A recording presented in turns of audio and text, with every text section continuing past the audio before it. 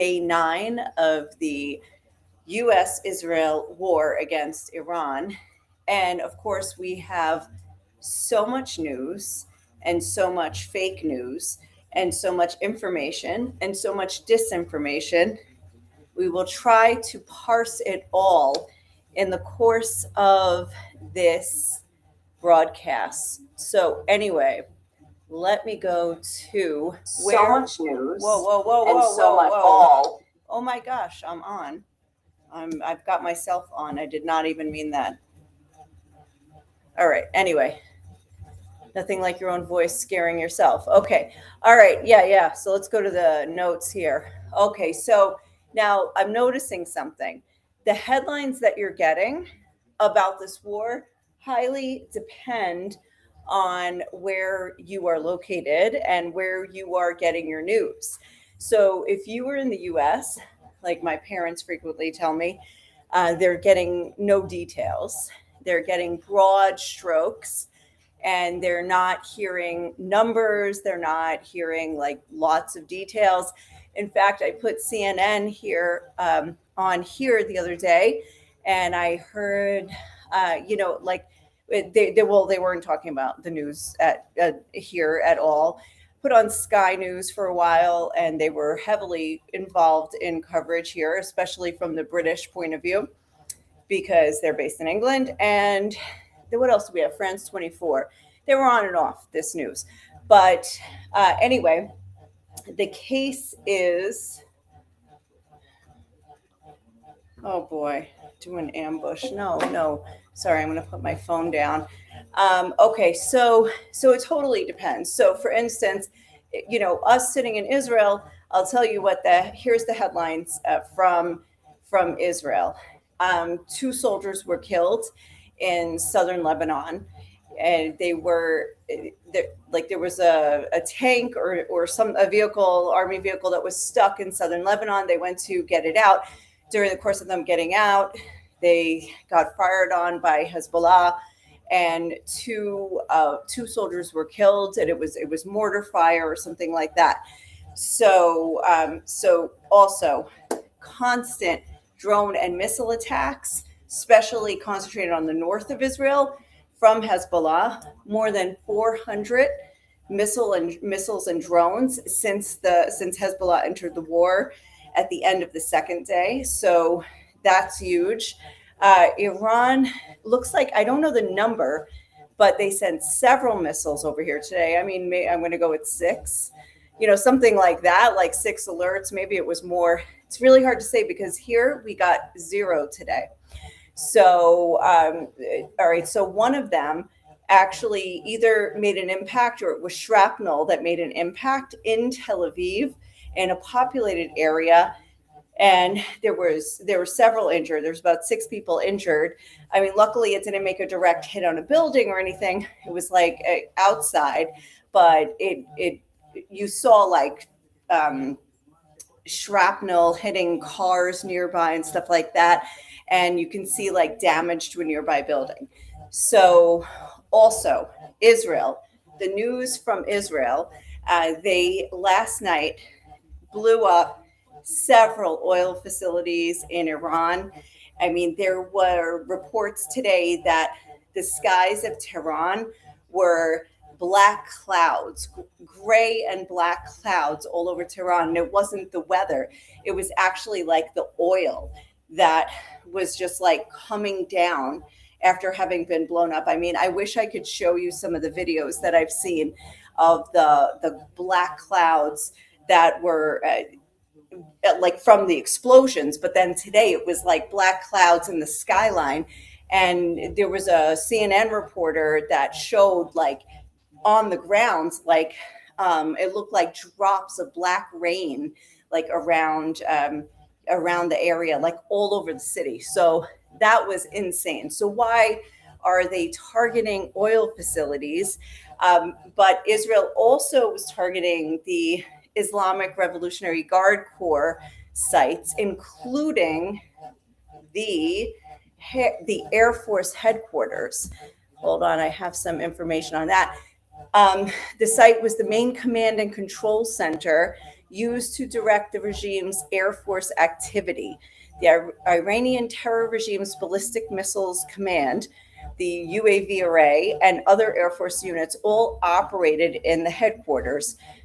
So the strike on the Iranian Air Force, the terror regime Air Force, that's the IRGC, is part of the concentrated effort to dismantle the Iranian ballistic missile array while impairing its ability to synchronize and coordinate attacks on the state of Israel.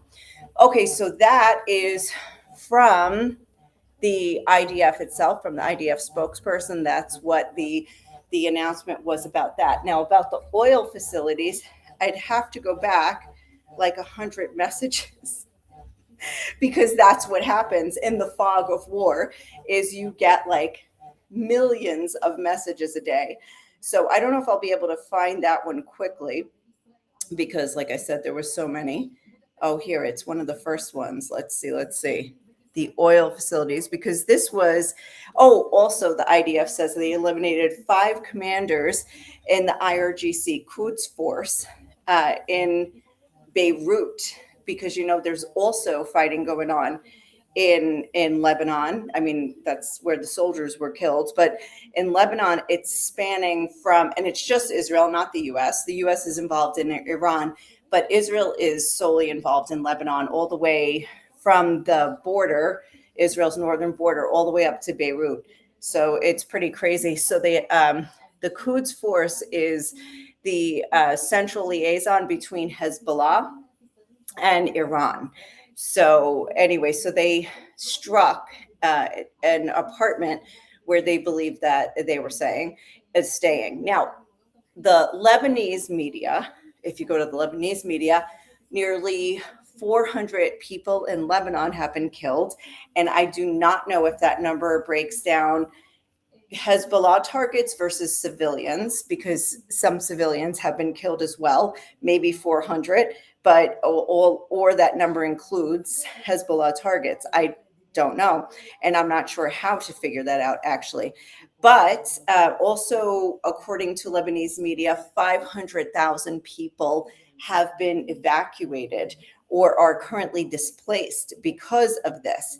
Now, I also just read somewhere, and again, I do not know. I could not confirm this, but that Israeli and Lebanese officials are meeting in Cyprus to try to come to a quick deal that will end this part of the war quickly without destroying more of Lebanon, because Beirut looks like Gaza right now. So, and if you've seen pictures of Gaza after the devastating 2.5-year war between Israel and Hamas, it's apocalyptic looking. Built like complete entire neighborhoods are brought down. Now, of course, why is that? I mean, people will say, is it necessary? But Israel says it's necessary because of possible booby trap buildings and possible, underneath tunnels underneath. And of course, Hamas did have tunnels underneath. Now, I don't know. Anyway, the Beirut right now, parts of Beirut, the Dahiya neighborhood, does look a little reminiscent of Gaza. All right, going to the oil fields. The oil fields, there was a lot of activity last night. By the way, you hear jets. The last couple of days, we heard a lot of jets. So Israel says 600 targets struck. Oh, that's just for Hezbollah. That's just in Lebanon. And then last night, more than 400 targets struck in western and central Iran just in a day. But where is the oil? Let's see if I can find the oil facilities, because that was the story of the day. Okay. Let me see. Wow. I don't think I'm going to find it. Oh my gosh, I'm back in 2024. What the heck? All right, never mind. So they don't have good information on that right here. So, okay, never mind. All right, so let's go back to what we're talking about here. Okay, so then Iran. Sorry, not sorry. You heard the president, Masoud Pezeshkian, yesterday got on TV and he said, He said, we're sorry to our neighbors, for attacking you. And, we're just not gonna do that anymore. But then there was this underlying threat: just don't work with Israel. Like, if you don't work with Israel, then it's okay, and we'll, and we won't attack you. But apparently he upset some people. And again, like, this is all coming from Iranian media, so I'm not really sure that he upset some people, if that was the case, or maybe it was just like not true, or that he was saying that. In any case, since then, there were at least 3 strikes: Dubai, Kuwait, and Bahrain. And in Kuwait, it was a high-rise building, that, like, a residential building, and the fire was massive. It was like the whole side of the building that you could see it burning. So I don't know what to tell you about that. So will they continue hitting the Gulf states and their neighbors? I mean, there was also the errant drone that went into Azerbaijan, which is like not in the direction from Iran. Azerbaijan, and where it hit Azerbaijan, is not in the direction of anybody involved in this war at the moment. So that really made no sense. And the question is, was that a mistake? Was it a provocation to drag Azerbaijan into the war? Or was it that these low-level commanders are functioning without a command center, a central command center, because maybe the IRGC has been so degraded that they don't have commanders and people are just acting on their own? It's all up for grabs. These are all theories that are out there, and I don't know the answer. Okay, so then in other news, somehow Israeli media reports that the UAE has finally gotten involved and they attacked Iran. Now, why is this a big deal? So all of these countries are under attack: UAE, Bahrain, Qatar, Oman, Kuwait, Saudi Arabia. I'm sure I missed some. They're all under attack. They've been hit. There have been deaths. There's been destruction. Iran says, for the most part, they say that they're aiming at U.S. installations. However, they're also killing civilians, like a Bangladeshi man who was killed in Dubai or somewhere in the UAE. And so people are civilians are being affected by this. So in any case, they've hit oil facilities in all of these countries. So that's another big deal. Like, these countries, they're oil rich. So they're going after their pocketbook. Saudi Arabia was hit. That was what was hit in Saudi Arabia, also Qatar, etc. So but none of them, by the way, have responded. So they're all getting hit by Iran, but nobody's responding and nobody's doing anything about it. There's no retaliation. And so that's been very perplexing for some people in the establishment, right? So today, Israeli media somehow reports that the UAE struck an Iranian desalination plant, and they struck it, they bombed it. Yeah, so UAE is in. Well, a couple hours later, UAE not only comes out and denies this report, they actually threaten that this could actually break their agreement with Israel. How dare you drag us into this war? How dare you put words in our mouth? We have no problem standing up for ourselves if we need to, but we will make our decisions and our announcements as we need to. So anyway, that is pretty scary. Fake news or misinformation or disinformation. And I'm so glad I forgot to talk about that when I did my short this morning, because then I'd have to retract it like big time. So anyway, I'm glad I didn't do that. Okay, let me see. There is some other stuff. Oh, I never hit send. That would be the problem. Excuse me. Let me hit send on this, and then I will have more information. Okay. There's not actually too much more information, I think. There's always so much information. We're on overload here. And by the way, I see a lot of people have tuned in and said hello, and I have been not on this screen. So it's great to see you guys. Thank you so much for joining. Oh, you saw the toxic rain alert in Tehran due to the oil. Okay, Tammy saw that. And hello, Marilyn, and hello, Debbie. Very nice to see you guys. Okay. Oh, yes. So in other news, Iran could be ready to announce, and we've been on edge now for days, but they could be ready to announce the new Ayatollah to replace the late Ayatollah who was assassinated on day one, the Supreme Leader Ali Khamenei. Okay, so that they're saying the reports are that it could be the son, who is Moshtaba Khamenei. And again, not confirmed, nothing's confirmed. Now, they're very slow in doing this. Now, it's interesting because in the first few days, they're like, we're going to come out right away, come out immediately with this, with the announcement, with the replacement, whatever. They've been saying that, but they haven't done it yet. And I just like, I don't know what the thinking is behind that. Is it that the sooner you announce somebody, the sooner he is one step closer to the assassination list, because Israel clearly has one.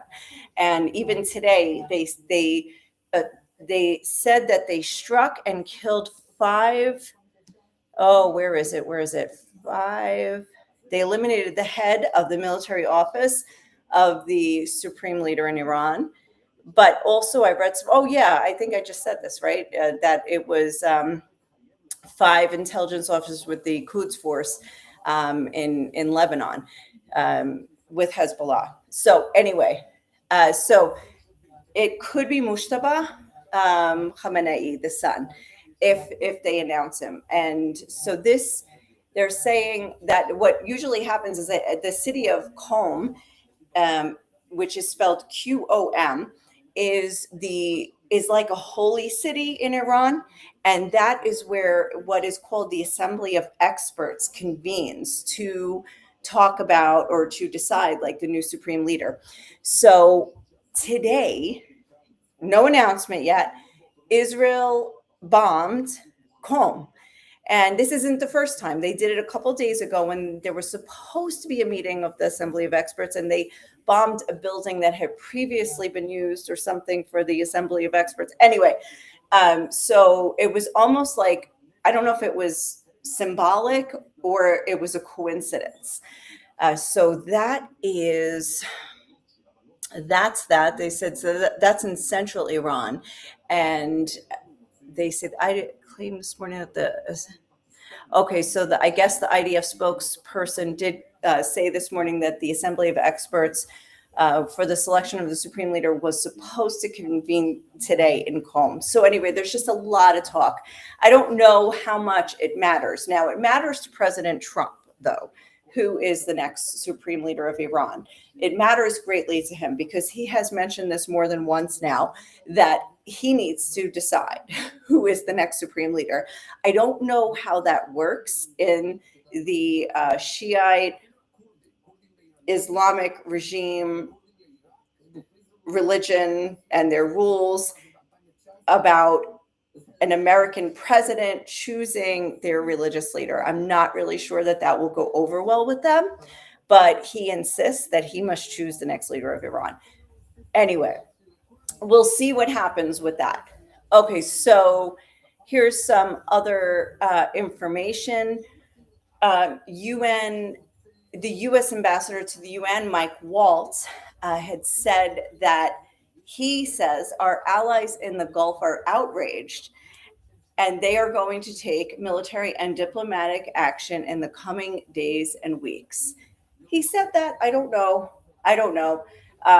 Obviously, you just had the UAE saying, don't put words in our mouths, don't put missiles in our hands. We didn't do it. But he said, like, like everybody's saying that Iran's strategy right now is to just shoot indiscriminately in all directions at its neighbors, and hope that these neighboring countries will also turn against Israel and the U.S., but specifically we'll get them to turn. We'll get these neighbors to pressure the U.S. Hey, listen, stop the war. Hey, oil prices are going to go up. Hey, we need you guys to chill. But so far, we don't know what's happening behind the scenes. We don't know what's happening behind the scenes. So, but anyway, now here's the other thing. I'm telling you the news that I can gather. Now, I am always surprised at how much that I don't know. I know it's shocking, right? But there's so much other news that is out there that is almost contrary to the news that I'm hearing, that I feel like sometimes we live in alternate universes. And so this alternate universe says that, and I'm not saying it's not true. I don't mean to sound like Tucker Carlson, but I'm not saying it's not true. But there are reports that U.S. air bases or U.S. bases around the Middle East are destroyed, that at least 20 U.S. military bases around the Middle East have been destroyed by Iran, by Iran's proxies, just because of this war. Also, that Tel Aviv, that targets in Tel Aviv. I mean, even I had people asking me today, is Israel hiding the casualty count? Is Israel hiding the extent of devastation and destruction? And I was like, well, I mean, I don't think so, because it's such a small country that if people are going to be killed, like everybody knows somebody, like it's like 7 degrees of separation in a very small country, where you would know a person, eventually word would get out. Social media, I mean, everything, like, the censor in Israel, the military censor, has actually refreshed its guidelines, not changed them, but like brought them up for a refresher for the media here to say, like, hey, don't repeat this, don't repeat that. Remember, don't do this, don't do that. Like, in terms of putting information out on your news channels, like for instance, like where rockets or missiles land. There was one that I posted that I got, and I posted it, and somebody wrote, Nicole, it's not really a good thing to post. I'm like, oh my God, you're right. Like in the heat of the moment, I was like, wow, I can't believe where this landed. I put the thing, I posted it on Facebook, and later I took it down, because I was like, oh yeah, that's right. Like you don't want to give information about where things are landing, especially if they're near you, you know? So anyway, there's obviously, the military censor is very active, but I have to say that with all of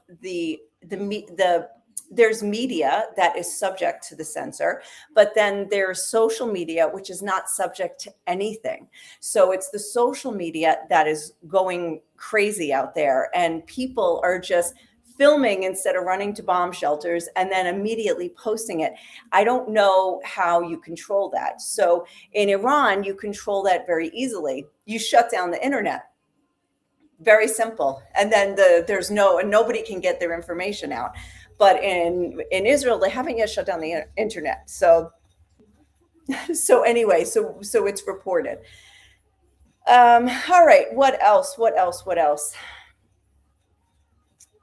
I'm looking. I have a bunch of notes today. Someone has a question. Oh, yes. Okay. Let me see. Have you heard rumors of Russia helping Iran with intelligence? Thank you for your question, Mary. I actually have heard people say that, yes, I've heard both. Like, I've heard, yes, they're helping. And then I've heard, no, they're too busy to help. So, yeah, so I don't know actually what is true about that. I don't know if Russia is actually helping or able to help. kind of, never mind. Everything else I say is speculation, so I'm going to keep my mouth shut. Do the people vote for the next leader? No, I think it's a council that decides who is the supreme leader. Okay, Ohan is asking what's happening with the Bibi trial. It's quiet, yeah, because court is not in session. Ohan, by the way, watch my last live from the Old City because somebody starred in that, and you know her very well, Ohan. So yeah, so no Bibi trial right now. I know you're trying to bait me into a whole conversation, right, about how every time there's supposed to be a trial date for Prime Minister Netanyahu, there's a war and then it gets canceled, right? But yeah, so in this case, there's no school either, and there is work if you can go. Now, here's the best. Help me, guys, with the math here. All right. So you, as an adult, you can go to work if you have a a bomb shelter nearby that you can go to. So perfect, right? So you get to go back to work. There's no school, there's no daycare. So your kids have to stay home while you go to work. So what do you do with your 1-year-olds, your 5-year-olds, your 10-year-olds, your 15-year-old who now has to do online learning again? So you leave them or whatever. So now there's this whole uprising in it across the nation of Israel saying, how am I supposed to go to work and leave my child at home? Okay, so then I choose to stay home with the kids, but then what happens? I can get fired, I'm going to lose pay, and it's just this incongruent thing of the math doesn't add up. You guys are safe enough to go to work, but your kids aren't safe to go to school, so you should endanger them even further by leaving them home alone, or you should endanger your job and stay home with your kids. So it's put people in a really bad situation, and it's made for some really funny, I hate to say, memes and comedy skits that are out there right now all over social media because of this brilliant government decision. We've been through many since COVID. It's been 6 years, almost to the day, of really incongruous decisions going on here. I would also like to add that there are videos getting out of Iranians who are filming. They're the ones filming the bombings, but done by Israel and the U.S. around their country, and many of them are being uploaded with a sense of joy that that's happening. They're actually rooting for the U.S. and Israel to bomb their country and take out their leadership. So it's very interesting. So anyway, I believe I have reached the end of my news for the day.